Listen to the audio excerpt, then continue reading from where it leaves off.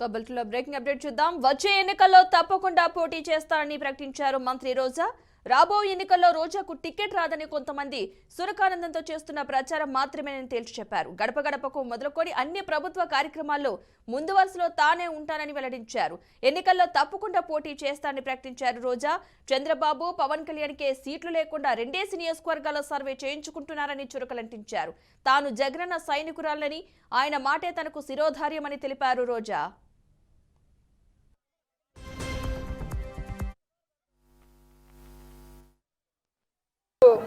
తిరుమలకు వచ్చి వెంకటేశ్వర స్వామిని దర్శించుకున్న స్వామివారి ఆశీస్సులతో రెట్టించిన ఎనర్జీతో ఆరోగ్యంతో మళ్ళీ ప్రజాసేవ చేసే అవకాశం ఉంటుంది.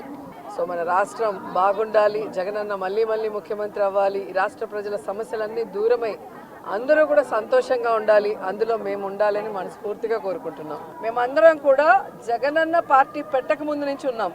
మేము అలగటాల్లో కోపపడటాల్లో ఏమీ ఉండదు. జగనన్న ముఖ్యమంత్రి అయితే మేమందరం కూడా ప్రజలకు సర్వీస్ చేసే అవకాశం మాకుంది కాబట్టి ఆయన ముఖ్యమంత్రి అవ్వడానికి మేము 100% పనిచేసేవాళ్ళం. సో ఖచ్చితంగా 2024 175కి 175 కొట్టబోతున్నాం.